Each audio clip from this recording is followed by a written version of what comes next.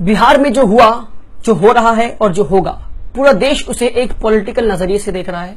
The whole country is seeing this event from the lenses of politics.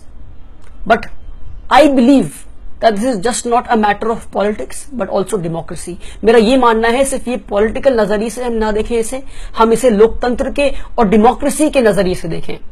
क्योंकि 1947 से लेकर आज तक, ever since independence in the free India, इससे ज्यादा बड़ा डेमोक्रेसी का मजाक नहीं उड़ाया गया है जितना बड़ा मजाक नीतीश कुमार ने उड़ाया है.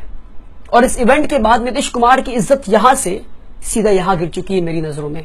This man has fallen in my eyes and I will tell you as to why and as to how this man has made a mockery of democracy, कि किस तरह इन्होंने डेमोक्रेसी का और लोकतंत्र का मजाक उड़ाया है.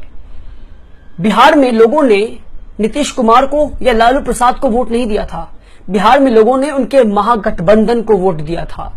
उनका यह उम्मीद था कि 5 साल तक महागठबंधन बिहार के मामलों को देखेगा और बिहार के डेवलपमेंट पे काम करेगा. उन्हें ये कोई उम्मीद नहीं थी कि बीच में आकर this man will break the coalition and will shake hands with the BJP. आप ये ना समझे कि मैं लालू प्रसाद का एजेंट हूं या नीतीश कुमार का एजेंट हूं. I am an agent of truth and I have people there in Bihar, my family is there in Bihar, who are very sad at this step that mister Nitish Kumar has taken. क्योंकि बिहार के लोगों का एक उम्मीद था जो उन्होंने तोड़ दिया है. This is pure mockery of democracy. और कैसा डेमोक्रेसी है ये कि 14 घंटा के अंदर, 14 घंटा विद इन 14 आवर्स एक सीएम रिजाइन करता है एंड विद इन 14 आवर्स वो फिर से सीएम बन जाता है. What kind of democracy. और फिर आप कहते हैं मैं भ्रष्टाचार के खिलाफ आवाज उठा रहा था.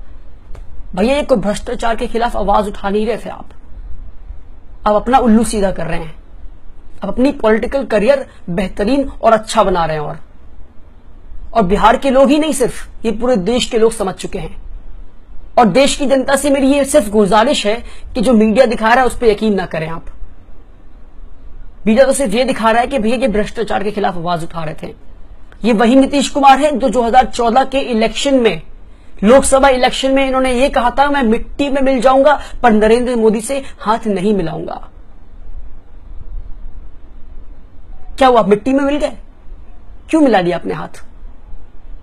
और वो ये वही नरेंद्र मोदी है जो बिहार में आकर लोकसभा इलेक्शन के दौरान लालू की और नीतीश की पर्दाफाश कर रहे थे.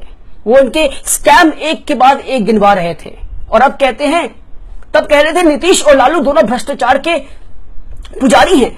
और अब कहते हैं कि नीतीश और लालू, अब कहते हैं नीतीश जी मैं आपका समर्थन करता हूं क्योंकि आप भ्रष्टाचार के खिलाफ खड़े हैं. जी नहीं, नीतीश जी कोई भ्रष्टाचार के खिलाफ नहीं खड़े हैं. नीतीश जी एक संघी बन चुके हैं. नीतीश जी अपना उल्लू सीधा कर रहे हैं और अपनी पॉलिटिकल करियर अच्छे से अच्छा बना रहे हैं. मोदी जी बस मैं आपसे यह कहना चाहता हूं कि आप में इतनी सी भी दिमाग है, दिमाग तो बहुत है तो भैया तभी प्रधानमंत्री बने हैं आप एक बार ये सोचे, ये नीतीश कुमार जो स्टूडेंट के टाइम से, ever since student days, student life ही has been with Lalu Prasad, जो इंसान अपने ऐसे इंसान को धोखा दे सकता है, पीठ में छुरी भोग सकता है, क्या वो आपके पीठ में छुरा नहीं भोग सकता? सोचे इसके बारे में आप नरेंद्र मोदी जी और बीजेपी वाले भी. Because this is not a step taken against corruption. This was a pre planned, a scripted event which started from demonetization, then the presidential election, and then this is what it had to happen. और जो लोगों के अंदर थोड़ा भी दिमाग होगा ना वो समझ जाएंगे इस बात को. तो इससे आप ये ना समझे कि नीतीश कुमार ने करप्शन के खिलाफ आवाज उठाया है. It was all scripted, it was all planned. Demonetisation का समर्थन करना, गवर्नर को सपोर्ट करना, प्रेसिडेंट को सपोर्ट करना, Ramnath Kovind, it was all a part of plan. अब आपको बीजेपी और नीतीश की गठबंधन की वजह से बिहार में बहुत ही जल्द बीफ बैन दिखेगा. गौरक्षा के नाम पे निहत्तों का हत्या होते दिखेगा आपको. एंटी रोमियो स्क्वाड के नाम पे हमारी बेटियों को और हमारी बहनों को छेड़ा जाएगा, उन्हें मोलेस्ट किया जाएगा, सेक्युलरिज्म का मजाक उड़ाया जाएगा. और इन सब से बढ़कर इन सबसे बढ़कर करप्शन को बढ़ावा दिया जाएगा, पर इस करप्शन का कोई रिकॉर्ड नहीं होगा, पर इस करप्शन पे कोई सीबीआई सवाल नहीं उठाएगी, क्योंकि ये करप्शन बीजेपी कर रही है। हाउ आयरॉनिकल इट इज कि बीजेपी इस देश में 3 साल से है, कोई करप्शन नहीं कर रही है, सब कुछ सही चल रहा है, पर फिर भी देश का जीडीपी 2% से नीचे आ जाता है।